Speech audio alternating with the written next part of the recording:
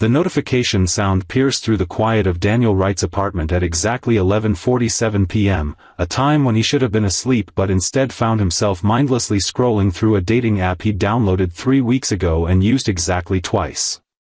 His thumb, operating on pure autopilot after a grueling 14-hour day managing his struggling photography studio while simultaneously trying to be both mother and father to his 7-year-old daughter Emma, had been moving across the screen with the kind of careless abandon that only exhaustion could produce. It wasn't until he saw the name flash across his screen in a private message that his blood ran cold and sleep became an impossibility for the rest of the night.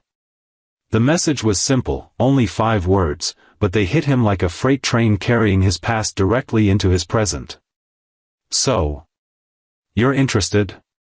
The sender's name was Sophia Mitchell, and she was his ex-wife's older sister, the woman who had once called him a disappointment to his face at a family dinner, the woman who had sided with her younger sister during the brutal divorce 3 years ago, and apparently, the woman whose dating profile he had accidentally liked while his tired thumb had betrayed him in the most spectacular way possible. Daniel stared at his phone screen with the kind of horror usually reserved for people who accidentally send embarrassing texts to their bosses or reply all to company-wide emails with personal information.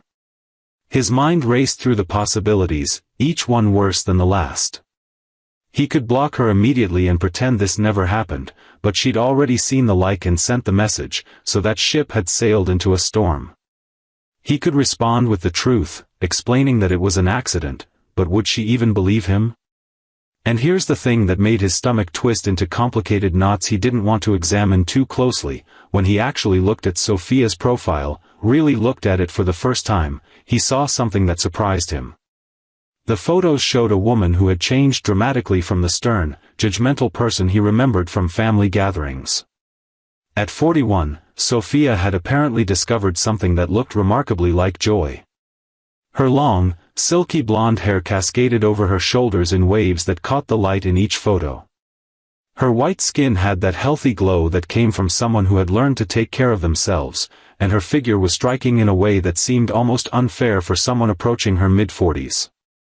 But it was her eyes that stopped him cold, because in every single photo, there was a warmth there that he had never noticed before, a depth that suggested maybe, just maybe, there was more to Sophia Mitchell than the cold exterior she had always presented to him.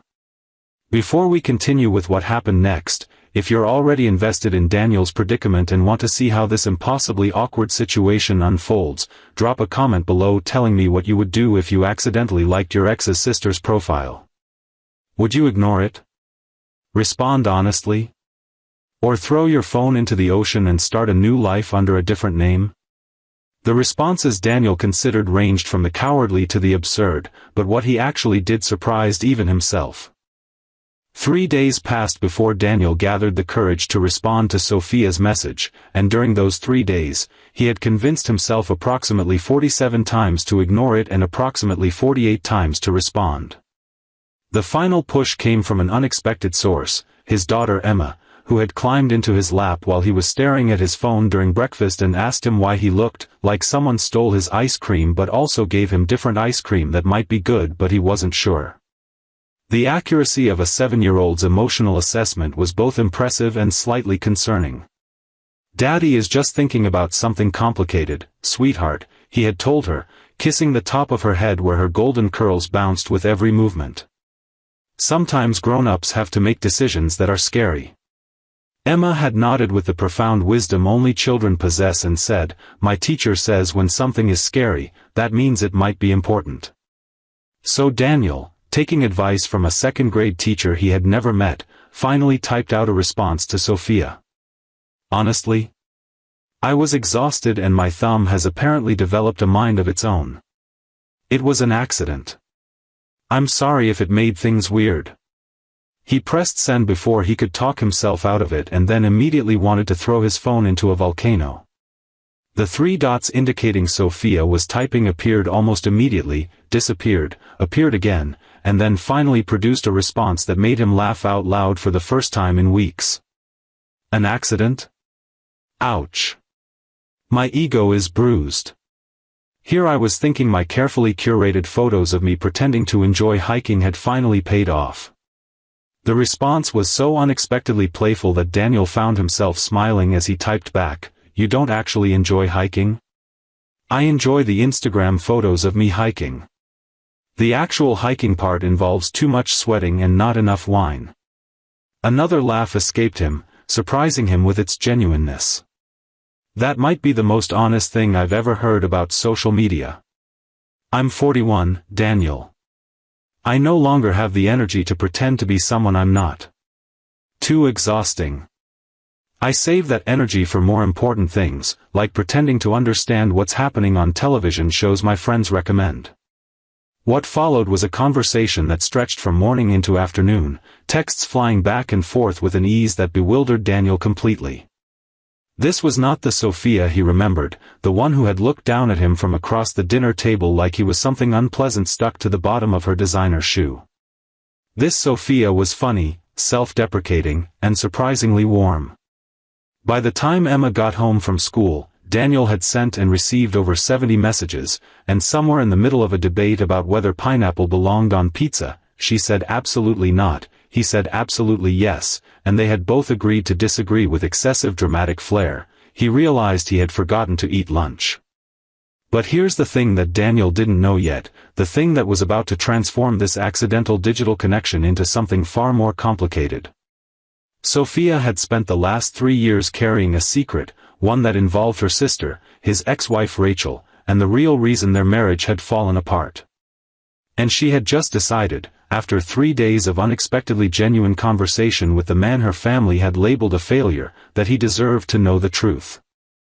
2 weeks of texting turned into phone calls that lasted until midnight, which turned into Daniel suggesting they meet for coffee because, "This is probably something we should do in person since you're technically still my ex-sister-in-law and that's not awkward at all."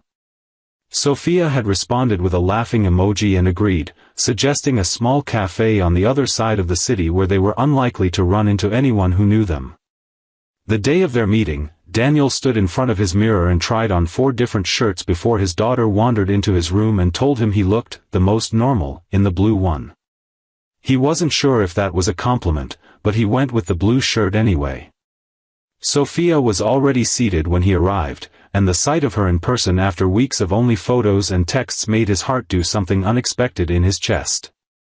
She was wearing a simple white blouse and dark jeans, her long hair pulled back in a way that highlighted the elegant line of her neck, and when she looked up and smiled at him, genuinely smiled, he felt the floor tilt slightly beneath his feet. "You look like you're approaching a firing squad," she said as he sat down across from her, her voice carrying that teasing tone he'd grown accustomed to through their late-night conversations. "That's because I might be. Your sister would probably actually form a firing squad if she knew I was here. Rachel doesn't get to decide who I have coffee with. Though she would certainly try if she knew." Sophia's expression flickered with something darker for a moment before she covered it with a sip of her drink. "Besides, I have something to tell you, and I've been trying to figure out how to say it for about 15 years now." Daniel felt his stomach drop. "That sounds ominous." "It is, a little. But you deserve the truth, and I'm tired of pretending otherwise." What Sophia told him over the next hour changed everything he thought he knew about his marriage and its end. She told him about how Rachel had been having an affair for the last 2 years of their marriage, something the entire family had known about and actively hidden from him. She told him about how she had been pressured by her parents to support Rachel during the divorce, to play the role of the disapproving sister-in-law, even though privately she had been horrified by what Rachel was doing. She told him about the conversations she'd overheard, the lies that had been constructed, the way the narrative had been carefully crafted to paint him as the neglectful husband when in reality, Rachel had simply grown bored and found someone else to entertain her. "I should have told you then," Sophia said, her eyes glistening with unshed tears. "I was a coward. I chose family loyalty over doing the right thing, and I've regretted it every single day since." If this revelation is hitting you as hard as it hit Daniel, take a moment to hit that like button and let me know in the comments if you've ever discovered a truth that changed how you saw your past. Sometimes the stories we tell ourselves about what happened aren't the stories at all, and realizing that can be both devastating and liberating. Daniel sat in silence for what felt like an eternity, processing information that rewrote 3 years of his personal history. He had blamed himself for the divorce, had accepted the narrative that he had been too focused on work, too absent, too inadequate as a husband. He had carried that guilt like a second skin, let it affect how he approached relationships, how he saw himself, how he raised his daughter. And now, sitting across from this woman who was simultaneously a stranger and someone who was beginning to feel like a lifeline, he learned that all of it had been a carefully constructed lie. "Why are you telling me this now?" His voice came out rougher than he intended, stripped raw by the weight of her confession. Sophia reached across the table and placed her hand over his, a gesture that sent an unexpected current of warmth up his arm. "Because when you accidentally liked my profile, I saw it as a sign. Maybe that's ridiculous, maybe I'm reading too much into a tired thumb, but I took it as the universe telling me that enough time had passed. You deserved the truth years ago, Daniel. This was the best I could do." And the dating profile? The conversations these past 2 weeks? Was that just guilt? The question hung in the air between them, heavy with implications neither was quite ready to fully address. Sophia's cheeks flushed slightly, the first time he'd ever seen her anything less than completely composed. "At first, maybe. I responded to your message because I felt like I owed you an explanation. But then we started talking, and..." She trailed off, looking down at their hands still touching on the table. "And you made me laugh. You made me think. You talked about your daughter with so much love that it made my heart ache. Somewhere between our argument about pizza toppings and you sending me that ridiculous meme about indoor plants, I realized I wasn't talking to you out of obligation anymore." Daniel turned his hand over beneath hers, their palms pressing together in a gesture that felt far more intimate than it should have. "This is complicated." "Impossibly complicated," she agreed. "You're my sister's ex-husband. My family would lose their collective minds. It goes against every social convention about who is appropriate to date. And yet here we are, holding hands over cold coffee." "Here we are," she echoed softly, and the smile she gave him was so genuine, so unexpectedly vulnerable, that Daniel felt something shift fundamentally in his chest. What followed was 3 months of what they called the most elaborate secret friendship that might be something more that either of them had ever experienced. They met for coffee, then dinner, then long walks through parks where Sophia would pretend not to be out of breath while simultaneously insisting she was enjoying herself. Daniel introduced her to Emma during what was supposed to be a casual encounter at a bookstore, and watching Sophia kneel down to seriously discuss the merits of different fairy tale books with his 7-year-old daughter did something to his heart that he wasn't prepared to name. Emma, with the unerring instinct of children everywhere, immediately declared Sophia, the pretty lady who knows about dragons, and began asking approximately once per week when she could see her again. The playful banter that had characterized their text conversations translated even better in person. When Daniel cooked dinner for Sophia at his apartment for the first time, she surveyed his slightly chaotic kitchen and announced, "So this is what, charmingly disheveled, looks like in the wild." "I prefer organizationally creative," he replied, gesturing at the pile of clean dishes he hadn't yet put away. "Every great artist has a process. I'm not sure stacking plates in order of decreasing size qualifies as art, Daniel. Shows what you know. Museums are definitely going to be interested in my plate arrangements. I'm calling it domestic impressionism." She laughed, that full-bodied laugh he'd become addicted to hearing, and he found himself crossing the kitchen to stand closer to her than strictly necessary. "You're ridiculous," she told him, but her eyes were soft in a way that suggested ridiculous was exactly what she wanted. "And yet you keep coming back. What does that say about you?" "That I have terrible judgment and excellent taste in ridiculous men." But beneath the laughter and the growing intimacy, there was a shadow that neither of them could ignore forever. Rachel. The divorce might have been 3 years ago, but Rachel had made it abundantly clear through their shared custody of Emma that she considered Daniel's life to be her continued business. She had opinions about his career, he should get a real job instead of playing photographer, his apartment, too small, too messy, not in a good enough neighborhood, and his dating life, non-existent, as far as she knew, and she intended to keep it that way through strategic interference. The idea of Rachel discovering that Daniel was now romantically involved with her older sister was a time bomb that neither of them knew how to defuse. "We could just tell them," Daniel said one evening, standing on Sophia's balcony overlooking the city lights, his arm wrapped around her waist as she leaned into him with a familiarity that had grown as natural as breathing. "We're both adults. It's been 3 years. At some point, we have to stop hiding." Sophia was quiet for a long moment, her fingers tracing absent patterns on his forearm. "My mother will blame me for the divorce." "You didn't have anything to do with the divorce." "I know that." "You know that." "My mother operates on a different logic entirely, one where everything is somehow about how things look to her book club." "And Rachel?"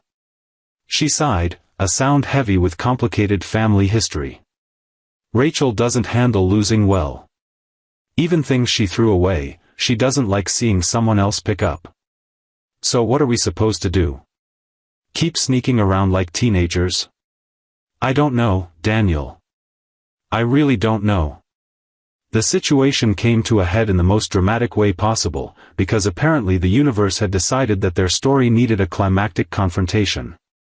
It was a Saturday afternoon, and Daniel had brought Emma to the park near Sophia's apartment so Sophia could join them for what Emma called sandwich and swing time. They had been there for about 20 minutes, Emma running between the swings and the slide while Daniel and Sophia sat on a bench that had become their unofficial spot, when Daniel looked up and felt his entire body go cold. Walking toward them, with an expression that suggested she had already put the pieces together and was calculating exactly how to cause maximum damage, was Rachel. The next 60 seconds felt like they lasted approximately 6 years. Rachel's heels clicked against the pavement with the precise rhythm of an approaching storm. Her eyes moved from Daniel to Sophia and back again, cataloging their proximity, the way Sophia's hand had been resting on his knee, the undeniable intimacy of their body language. And then she smiled, the kind of smile that had never meant anything good during their marriage and certainly didn't mean anything good now. "Well," Rachel said, her voice carrying that particular sharp sweetness that Daniel had learned to dread. "Isn't this cozy? Now, before we find out what happens next, if you're on the edge of your seat wondering how this confrontation plays out, smash that like button and drop a comment about how you think Rachel is going to react. Trust me, what happens next is going to surprise you, because this isn't just about drama. It's about something much deeper." Sophia stood up slowly, her composure the kind that only comes from years of practice dealing with difficult situations. "Rachel. I wasn't expecting to see you here." "Clearly." Rachel's eyes were fixed on her sister with an intensity that made Daniel want to step between them. "How long has this been going on, exactly? Or is that question naive? Should I be asking how long you've been waiting to betray our family? That's a bit dramatic, don't you think? We're having lunch in a park, not staging a coup. You're holding hands with my ex-husband. The father of my child. My sister. There are words for women like you, Sophia, and I don't think I need to say them out loud." Daniel stood up now, positioning himself beside Sophia in a show of solidarity that he knew would only make things worse but couldn't stop himself from making. "That's enough, Rachel. You don't get to talk to her like that." "Excuse me? You're defending her? After everything, you're going to stand there and defend the woman who's stabbing me in the back?" "There's no stabbing involved here. We're two adults who happen to connect. You and I have been divorced for 3 years. You don't get a say in who I spend time with." Rachel laughed, a sound completely devoid of humor. 3 years during which you've been sulking around, pretending to be the victim, making everyone feel sorry for you. And this whole time, I thought you were just pathetic. Now I realize you were strategically pathetic. Going after Sophia to get back at me. Very clever. I didn't know you had it in you. Emma's voice cut through the tension like a ray of unexpected light. Mommy? Why are you being mean to the dragon lady? All three adults turned to look at the 7-year-old who had wandered back from the swings, her small face scrunched in confusion. Rachel's expression shifted immediately, the sharp edges softening into something more palatable for her daughter's consumption. I'm not being mean, sweetie. Mommy and Daddy and Aunt Sophia are just having a grown-up conversation. It didn't sound like a good conversation. You were using your angry voice. I was just surprised to see everyone together, that's all. Rachel smoothed down her daughter's hair with a gesture that might have looked maternal if Daniel hadn't seen the calculation behind it. Why don't you come with Mommy for a bit? We can get ice cream. But I'm supposed to have sandwiches with Daddy and the dragon lady. Dragon lady? Rachel's eyebrows rose as she looked at Sophia. You've branded yourself well. Always so good at marketing. Sophia's jaw tightened, but she crouched down to Emma's level, her voice gentle. Hey, sweetheart. It's okay. You go with your mom and get ice cream. Your dad and I will be right here when you get back, okay? Emma looked between the adults with the kind of perceptiveness that children develop when they've grown up navigating their parents' complicated relationship. You promise you won't be sad? I promise I won't be sad. I've got your dad to keep me company, and he tells very bad jokes that make me laugh. They're not bad jokes, Daniel protested mildly. They're sophisticated humor that some people just don't appreciate. Emma giggled despite the tension, and Sophia shot Daniel a look of genuine warmth that wasn't lost on Rachel. After Rachel left with Emma, her parting glare promising that this conversation was far from over, Daniel and Sophia stood in the park and tried to figure out what to do next. Well, Sophia said after a long moment of silence. That was suboptimal. Daniel let out a breath that was half laugh, half groan. Suboptimal is a generous description. I'm known for my generous spirit. Also, I'm trying not to scream into the void right now, so clinical language is helping me cope. He reached for her hand, and she let him take it, their fingers interweaving automatically. She's going to make our lives difficult. She's going to try. But here's the thing, Daniel. Sophia turned to face him fully, her expression serious but not defeated.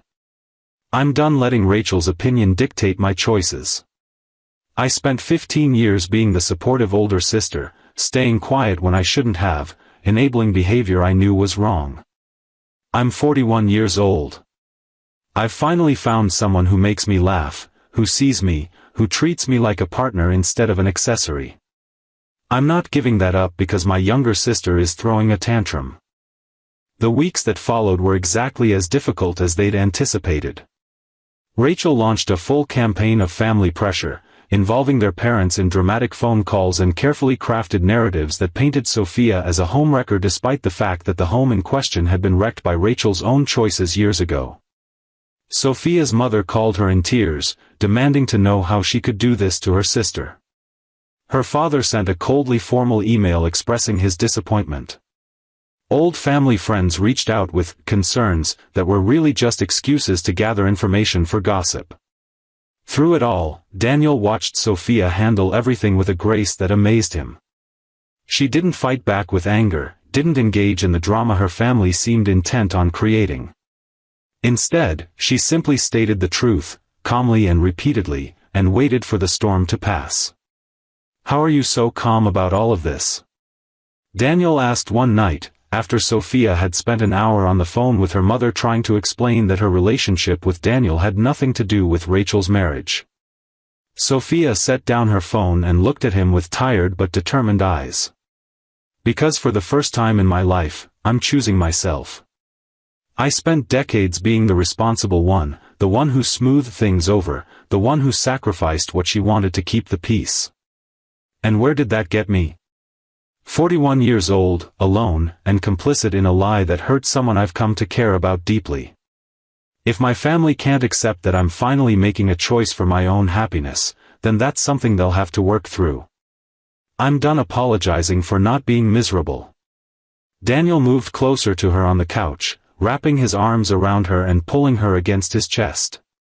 Have I mentioned lately that you're extraordinary? Once or twice. But I'm a high-maintenance personality, so I require constant affirmation. Extraordinary. Brilliant. Beautiful. Should I continue, or is your ego sufficiently stroked? My ego is never sufficiently stroked, but you can take a break. I know words are hard for you. He laughed into her hair, the sound mixing with her own soft laughter, and in that moment, despite everything, he felt something like peace. The breakthrough came from an unexpected source. Emma, with the straightforward logic of childhood, decided that she had something to say about the situation. It was during one of Rachel's custody weekends that Emma apparently announced to her mother, in front of Rachel's parents, that she wanted the dragon lady to come to her birthday party because she makes Daddy happy and Daddy's been sad for too long and that's not fair. Rachel, caught off guard in front of an audience, had apparently sputtered something about it being complicated, to which Emma had responded, "Grown-ups always say that when they don't want to explain things that make sense." When Daniel heard about this from a somewhat shell-shocked Rachel during their custody exchange, he had to work very hard not to burst out laughing. She said that? In front of your parents? She said a lot of things. Apparently, she's been thinking about this a lot. She informed me that she's not a baby anymore and can understand things if people just explain them. I'm raising a tiny lawyer. She gets that from you, actually. Daniel paused, realizing what he was acknowledging. The determination, I mean. When you decide something, you don't let go easily. Rachel was quiet for a moment, her expression unreadable. I'm not happy about this, Daniel. I probably won't be happy about it for a long time. But our daughter has made it very clear that she expects me to be civil, and apparently, she's also informed my mother that being mean to people who make people happy is wrong even if you're old and in charge. She said that to your mother? During Sunday dinner. In front of my father's colleagues. It was spectacular in the worst possible way.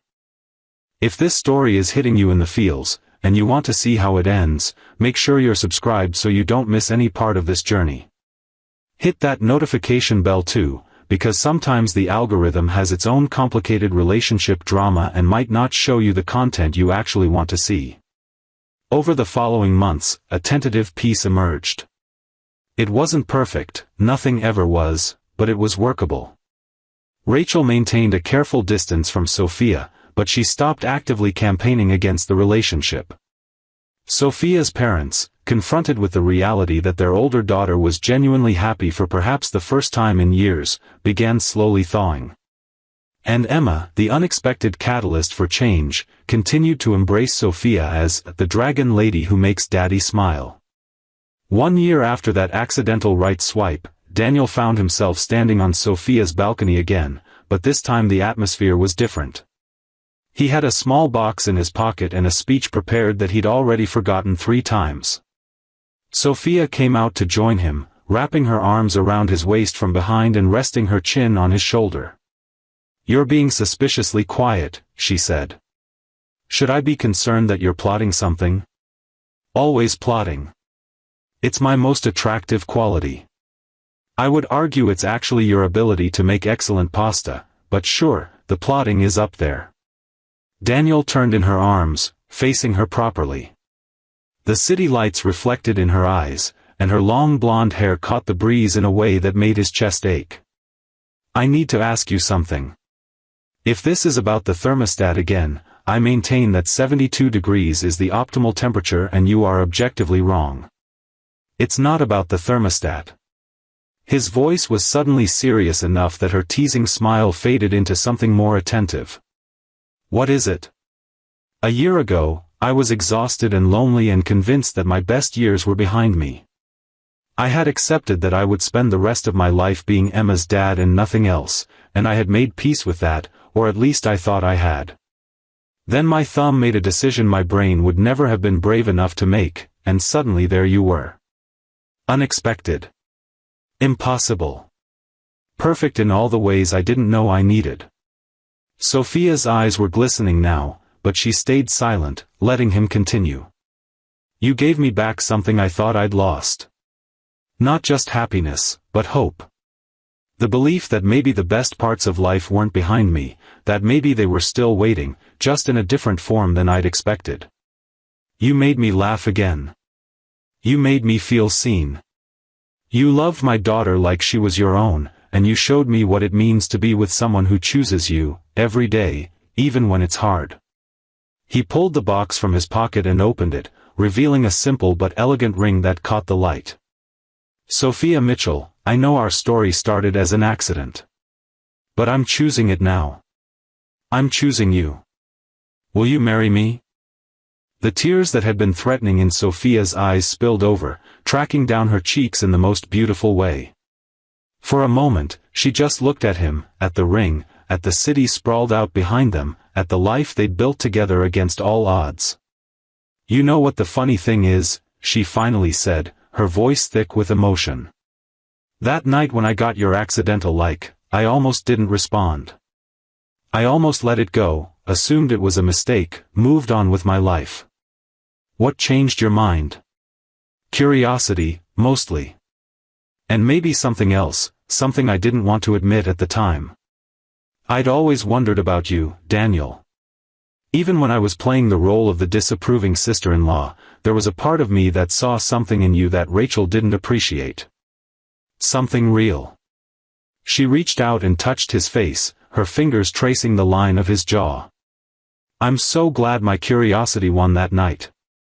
I'm so glad I sent that message. I'm so glad you were brave enough to respond. Is that a yes? She laughed, the sound wet with tears but radiant with joy. Yes. Yes, it's a yes. 1,000 times yes. He slid the ring onto her finger, and then he kissed her, properly, thoroughly, the kind of kiss that contained everything they'd been through and everything they were going to become. When they finally pulled apart, both of them were smiling so hard it almost hurt. We should probably tell your family, Daniel said, somewhat ruefully. My mother is going to need sedation. And Rachel? Rachel will survive. She always does. And honestly, I think on some level, she's starting to understand that this was never about her. This was about two people finding each other when they least expected it. The wedding was small, held in a garden venue that Sophia had found and Daniel had photographed approximately 70 times to make sure they got the lighting right. Emma was the flower girl, taking her duties so seriously that she corrected the wedding planner twice on proper petal distribution. Sophia's parents attended, somewhat stiffly at first, but they softened visibly when they saw how their daughter looked at her groom. Even Rachel came, though she sat in the back and left immediately after the ceremony. It was progress, slow and imperfect, but progress nonetheless. During the reception, Daniel pulled Sophia onto the dance floor for their first dance as husband and wife. Remember when you said you don't enjoy hiking? He asked as they swayed together. I believe my exact words were that I enjoy the Instagram photos of hiking. Well, I'm thinking honeymoon. And I'm thinking there might be some hiking involved. Not too much. Just enough to get some good Instagram photos. Sophia laughed, her head thrown back in that way he loved. You're trying to make me exercise on our honeymoon. This marriage is already in trouble. I'll carry you if you get tired. You absolutely will not. I have dignity. I'll simply complain loudly until you feel guilty enough to find a restaurant. That works too. Emma tugged on Daniel's sleeve, demanding to be included in the dance. He lifted her up, and the three of them swayed together, a family that had been formed through accident and choice and the stubborn refusal to let other people's expectations define their happiness. If this story has touched your heart, if it's made you believe in the unexpected ways that love can find us, please take a moment to like this video and subscribe to the channel. Your support means everything and helps us continue telling stories about love, hope, and the beautiful accidents that can change our lives. Also, drop a comment and let me know where you're watching from. I love knowing that this story is reaching people all around the world, connecting us through shared experiences of love and second chances. The message of this story isn't that accidents always lead to happiness, or that love conquers all, or any of those oversimplified platitudes that look good on greeting cards but don't reflect the complexity of real life. The message is simpler than that, and maybe more important. Sometimes the things that seem like mistakes, the accidental likes, the unplanned connections, the paths we never meant to take, turn out to be exactly what we needed. Sometimes the universe, or fate, or just plain dumb luck, puts something in front of us that our careful planning never would have allowed. And when that happens, we have a choice. We can let fear and convention and other people's expectations push us away from it. Or we can be brave enough to say yes. Daniel and Sophia chose to say yes. They chose each other over comfort, over family pressure, over the easy path of pretending that accidental like had never happened. They built a life together out of that single moment of digital serendipity, and they taught each other that it's never too late to find happiness, never too late to start again, never too late to believe that the best parts of life might still be waiting for you, just around a corner you didn't even know existed. So here's to the accidents that change everything. Here's to the courage it takes to follow them where they lead. Here's to the people brave enough to choose love, even when it's complicated, even when it's scary, even when everyone around them says it's impossible. And here's to you, watching this story, maybe recognizing something of yourself in Daniel's exhaustion or Sophia's longing or their shared discovery that sometimes the most unexpected paths lead exactly where we need to go. Remember, every great love story starts somewhere. Sometimes it starts with a grand romantic gesture or a chance meeting in a coffee shop. And sometimes, just sometimes, it starts with a tired thumb and a message that says, "So, you're interested?" Thank you for watching, thank you for being part of this journey, and most importantly, tell me in the comments, what country are you watching from right now? I want to know how far this story has traveled, because love stories like this one, they belong to all of us, everywhere, reminding us that it's never too late for a second chance.